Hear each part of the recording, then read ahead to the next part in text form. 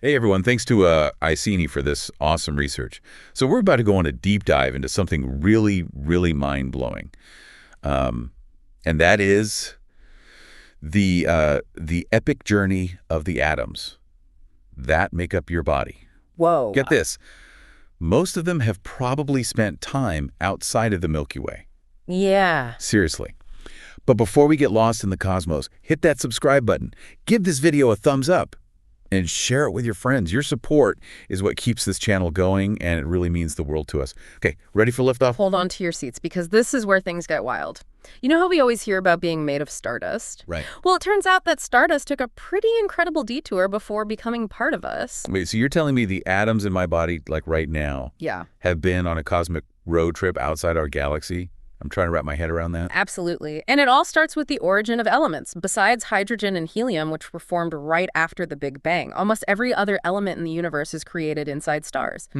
It's through intense nuclear fusion in a star's core, or during those spectacular supernova explosions. So think about it.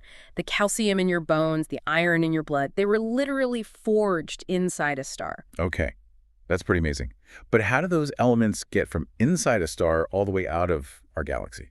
Well, when a star explodes as a supernova, it blasts out this incredible amount of matter into space, including heavier elements like oxygen, iron, and even carbon. Wow. And here's where it gets even crazier.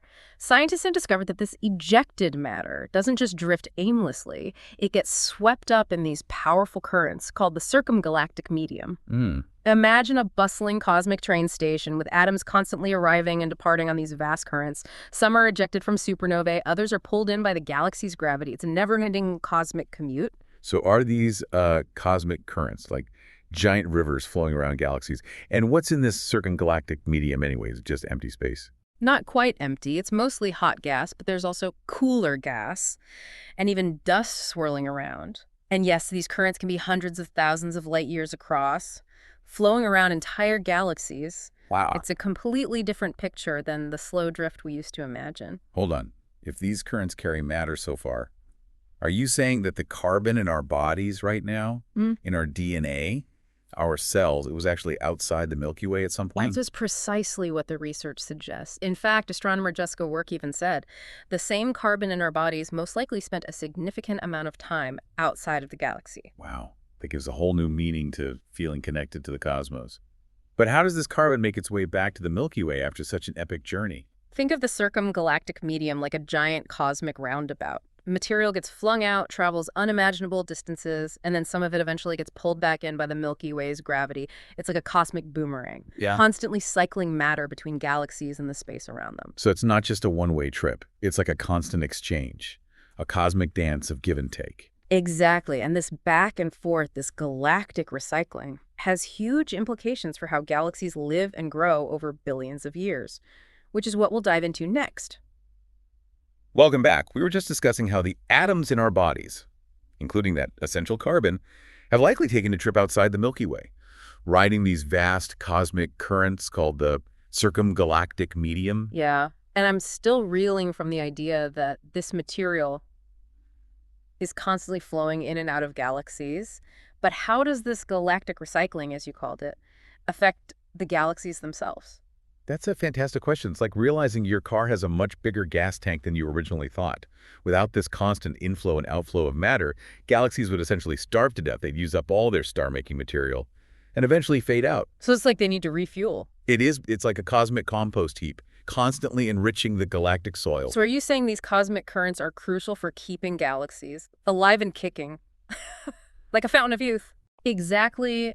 Think of them as the circulatory system of a galaxy, constantly replenishing its supply of star-forming material. Without them, galaxies would be limited to the material they were born with, and their star-forming days would be numbered. That's incredible. But doesn't this contradict the idea that the universe is slowly running out of steam? Where is all this fresh material coming from? That's where it gets even more fascinating. Remember those supernova explosions we talked about? Yeah. They're not just launching matter out, they're also generating shock waves and energy that help stir up the circumgalactic medium. This turbulence keeps things mixed up, allowing galaxies to pull in material that might have otherwise drifted away. So it's not just gravity at play here. It's like the galaxies is actively reaching out and grabbing onto this material. In a way, yes. And it's not just about individual galaxies either. Astronomers are finding that these currents can connect entire groups of galaxies, creating a vast interconnected network of matter and energy. Wow. So it's like a giant cosmic web, with galaxies exchanging material and influencing each other's evolution. Precisely, and that brings us to the question of how this recycling process affects a galaxy's shape size and even its star formation rate over billions of years. Okay, I'm all ears. Does this mean galaxies can keep growing indefinitely? Well, not necessarily indefinitely, but it definitely extends their lifespan considerably. Think about it. Every time a star explodes, it sends out a wave of fresh material providing fuel for new stars to be born.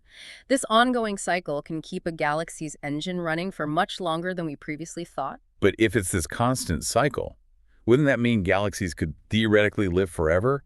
Is there a limit to this recycling process? That's the million-dollar question. While these currents can sustain galaxies for incredibly long periods, they do eventually weaken and dissipate over time, just like anything else in the universe. So what happens then?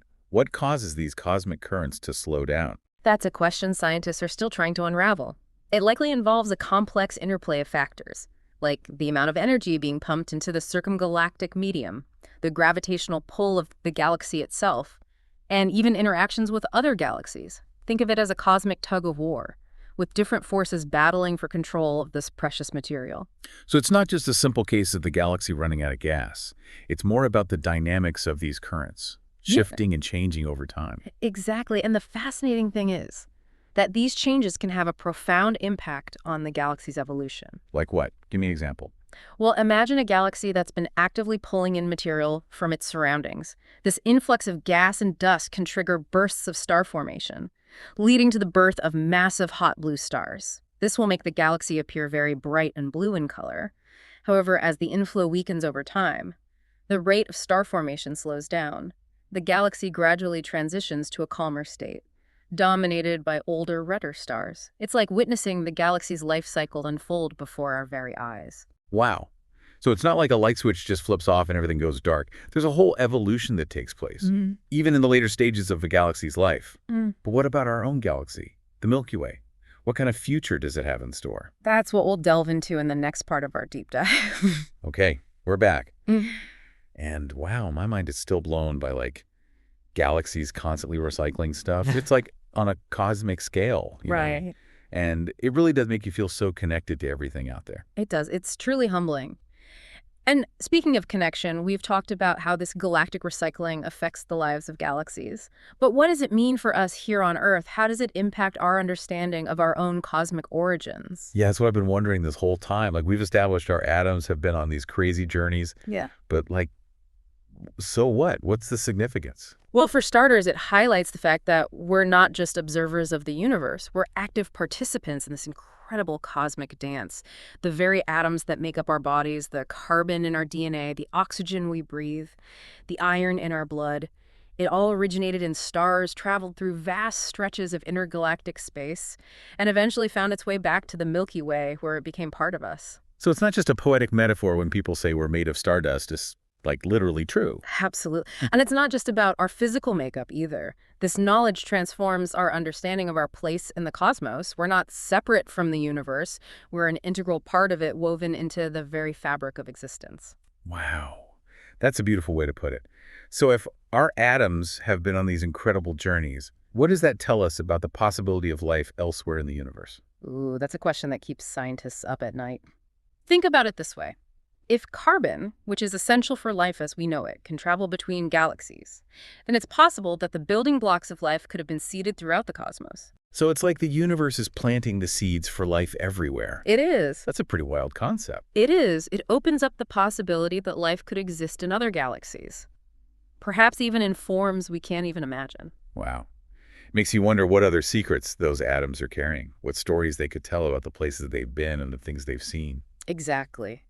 Each atom in our bodies has a history that spans billions of years, a story that began in the heart of a star and continues to unfold right here, right now. It's like every one of us is a walking, talking history book of the universe. And to think we only just started uncovering these incredible stories. That's the beauty of science. It constantly challenges our assumptions, expands our understanding of the universe, and inspires us to keep asking questions. Who knows what other mind-blowing discoveries await us out there? This has been an incredible deep dive, and I want to thank Iseni again for sending in the research that sparked this amazing conversation. Absolutely. And to all of you listening, thank you for joining us on this journey. Yes, thank you. And before we sign off, don't forget to subscribe to the channel, give this video a like, and share it with your friends. Your support helps us bring you more amazing deep dives like this one. Keep looking up, keep asking questions, and keep exploring the wonders of the universe. Until next time.